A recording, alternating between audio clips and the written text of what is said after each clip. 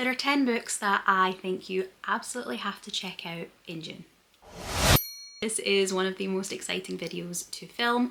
I always find new books to add to my TBR, and I always rediscover things that I'd maybe bookmarked a few months ago, a year ago, that now there's more information on, a new cover for, and I am super excited about. First up, we have One Night Stand by Amie Kaufman and Meagan Spooner. This is the sequel to Ladies' Night that came out last year. That was a sapphic, gender-flipped retelling of the Heath Ledger A Knight's Tale movie. This one looks like it is going off on its own, doing its own thing, expanding the world that that book created. It was just a really good time, and I'm hoping we're going to get more of the same from this one, but set at sea. Dearest reader, let me catch you up. Gwen, our Lady Knight. Isobel, our Knight's Lady. They fight monsters and they're in love. Well, they fought one monster once. And while they are in love, they haven't discussed that fact with each other, and neither wants to be the first to bring it up. This is going to be fine. This story includes seaside mysteries, brooding redemption arcs, a cursed town, a sea monster, medieval tourist attractions, an evil sorceress, a crumbling dark tower, moonlit magical rituals. Ignore the tentacles. Everything is definitely fine. Next up, we have 25 Days in Athens. You know that I'm not usually a huge contemporary romance reader, but now and again one takes my interest, and this one has a lot of things going for it that I personally think I'm really going to enjoy, not least the comp authors being Casey McQuiston, Alexis Hall and M.A. Wardle. This is doing forced proximity, which I quite enjoy, second chance romance, which is a little bit sketchier for me, but in a setting that I've never seen in a romance, I don't think, and personally a place that is on my bucket list to visit. So I'm really hoping this one is going to have a really strong sense of place as well as the characters and the relationship. I really enjoyed Jack Strange's last book, Look Up Handsome, which was a Christmas queer romance set in the book town that's in Wales, Hay-on-Wye. That I thought did a really good job of presenting Hay-on-Wye, the tiny little village it is, to a wider audience, and I'm hoping that vice versa, Athens is going to get that same treatment for me in this one. Please join us and celebrate the wedding of Ollie and Alec. August 31st, 2026, Athens, Greece. Kindly RSI August 1st, 2025 to confirm your attendance. Will is not ready for this. How can Ollie be moving on from him so quickly? In Greece? The exact location that he and Ollie dreamed about getting married in one day. It's been 3 years since Ollie and Will had spoken, their relationship crumbling after Ollie had proposed and Will had said no. But now, Will realises that he might have made the biggest mistake of his life. There's only one option. With his mind made up, Will packs his bags and heads to Athens. He has 25 days until Ollie and Alec get married. 25 days to complete his mission to declare his love for Ollie, win him back, and of course stop the wedding.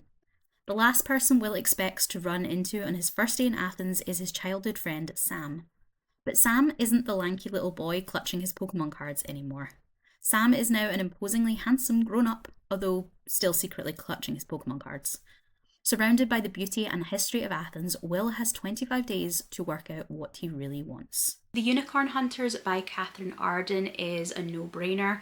I loved Katherine Arden's Winter Night trilogy. I loved how she combined historical and fantasy elements, and I loved how really vivid and immersive her world building is. That said, her next adult novel was The Warm Hands of Ghosts, and although I went to see her, I got my book signed, I got to listen to her talk about the book, World War I just isn't a historical period that interests me.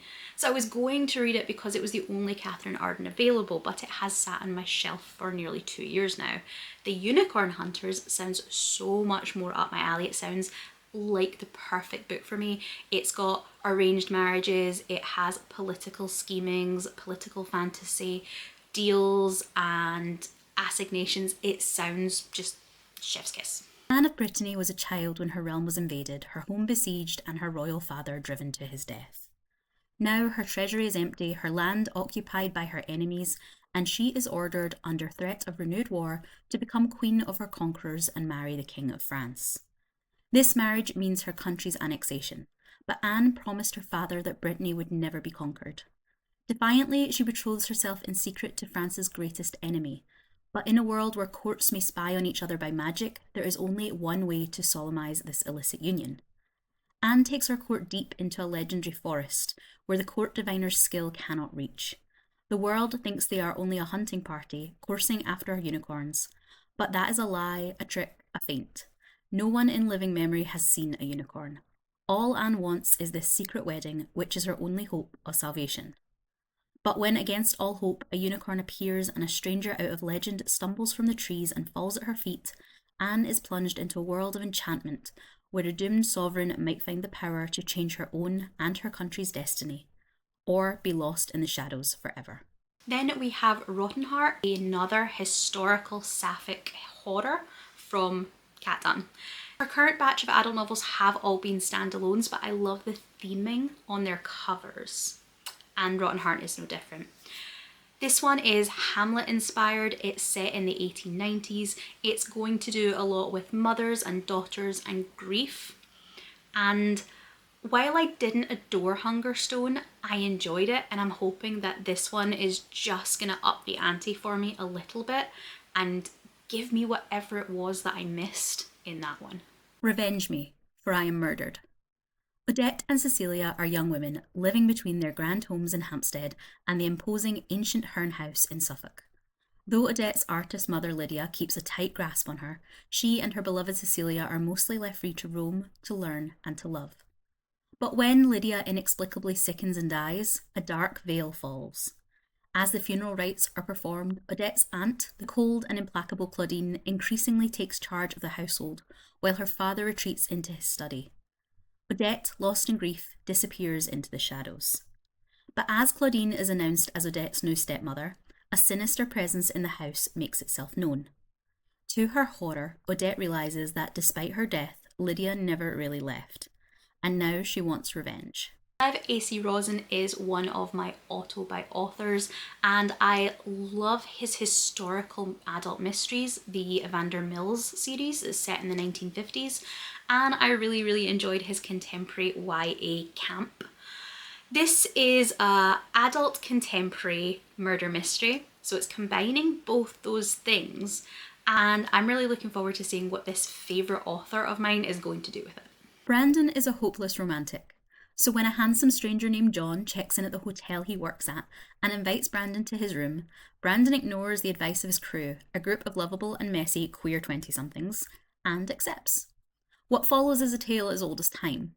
They hook up, John promises to text, Brandon falls in love, and John ghosts. Case closed. Or is it? When John checks out early, leaving behind a bag of belongings and his cell phone, Brandon takes the phone and sets out to find him, thinking that this at last must be his Cinderella story. But he gets more than he bargained for when he witnesses a murder and sees John fleeing the scene. Determined, and not in over their heads whatsoever, Brandon, Ollie, Nicole and Ian decide to solve the mystery of the murder and uncover John's true identity. They just have to figure it all out before a target falls on their own backs. Alexis Hall is an absolute auto-buy author for me, and I have been on tenterhooks eagerly anticipating the release of Father Material, the third and I think final book in the Material World trilogy. This follows Boyfriend Material and Husband Material. This one, I don't even know what the plot is. I think our couple get a dog, maybe start to think whether they want something else in their lives. Honestly, I kind of don't care what it's about, in the sense of I will be reading it anyway. This one is definitely my most anticipated book of the month, and it is a really strong month in books. Luke and Oliver have been through it all. Fake dating to save Luke's career. I guess this is actually for real dating, when all of that blew up spectacularly. Briefly breaking up over irreconcilable differences. Definitely getting back together over perfectly reconcilable everything else, almost getting married, finally moving in together, and ultimately celebrating years of perfect domestic bliss. But as their very grown-up now friends begin reaching new life milestones, advancing careers and having babies, Luke and Oliver decide it's time to open their hearts and lives to something new. A tiny, squirming, adorable bundle of furry joy named Spud. And maybe now that hearts and lives are already open, there's room for something else, something more, something that may require them to find in themselves a little father material. Death at the Museum by Janice Hallett is the second book, the follow-up to her A Box Full of Murders. Janice Hallett writes in a really, really unique way that I don't see often in the type of books I pick up, and I don't think I've enjoyed from any other author the way I've enjoyed this style of writing from Janice Hallett. I don't know what it is, she's got some kind of magic sauce that just works for me. She tells all of her books through mixed media or found footage. We get snippets from emails, we get letters, we get text messages, and it's up to the reader to piece together the mystery at the same time as the protagonists do through these sources. I read A Box Full of Murders back in March and I really had fun with it. It does feel a lot younger. It's middle grade. It does give you more support as you are looking through these sources. It helps you to spot the clues you need to spot. I had a good time, but this one is set at a museum. I wasn't 100% convinced I would want to pick up the sequel when I finished the first one, but as soon as I saw that this one had that museum setting, I knew I was along for the ride. Imagine an old museum with more secrets than anyone could ever guess. A school trip that ends in a murder. A crime unsolved for decades. But who did it? Now Ava and Luke are on the case, following the clues left in a new box of murders. Using school workbooks, museum records, secret recordings, and letters, the siblings start to unravel the mystery of a body in the basement.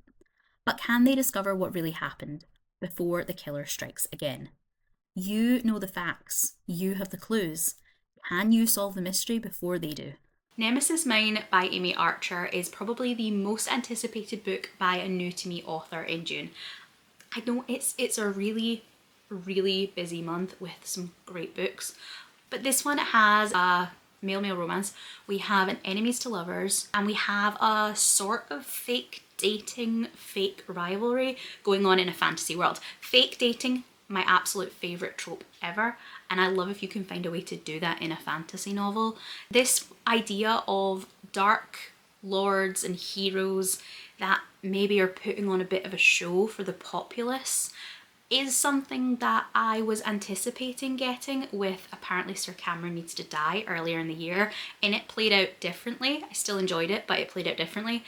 There's just something I really like about this kind of concept in a book, that your Dark Lord isn't quite who you think they are, that your heroes and your villains are maybe not quite as opposites as you think, that there's a lot of grey areas there, that maybe they would even work together, and that perceptions are really important. All of that just, it does something for me that I really enjoy. So very, very high hopes for this one. Nobody is more surprised than Cyrus to learn that he is no longer considered the greatest villain in the land of Attica. Sure, he's lying about the fact that his magical power is making flowers grow, and maybe lately he's spent more time embroidering pillowcases than tormenting the locals, but that doesn't mean he's ready to be yesterday's evil news. Enter the hero Maximilian, the realm's golden boy, complete with a blinding smile, chiseled abs, and an infuriating habit of spreading hope and joy. Gross. If Cyrus wants to be taken seriously, he'll have to take this guy down. But Maximilian isn't quite as perfect as he seems.